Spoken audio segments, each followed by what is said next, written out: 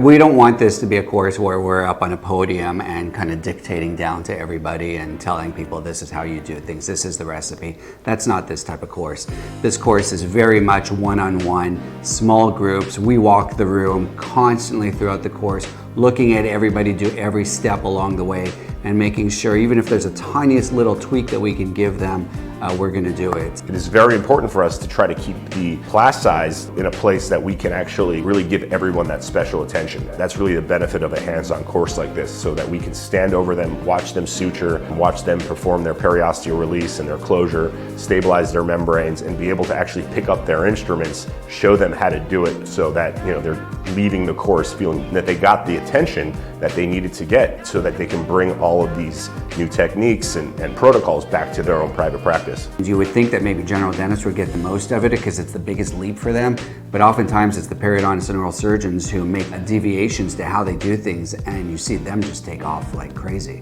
We are able to provide a large variety of different biomaterials that we get to play with. We get to really practice the handling properties of these materials. And I think that's what's so important, is that we're giving you techniques that you can take back to your office, but we're also allowing you to sort of play with all the different variety of products on the market that have so much variation. And if you don't have a chance to practice this in a hands-on session like this, you really have no way to expect how these products are going to work in real life. I think if you're placing implants, or if you're looking to do more extraction, I think it's very important that you really have the skill set, not only to treatment plan these cases so that patients are in the best position, but also for yourself to expand your surgical skills so that you can take that back to your practice.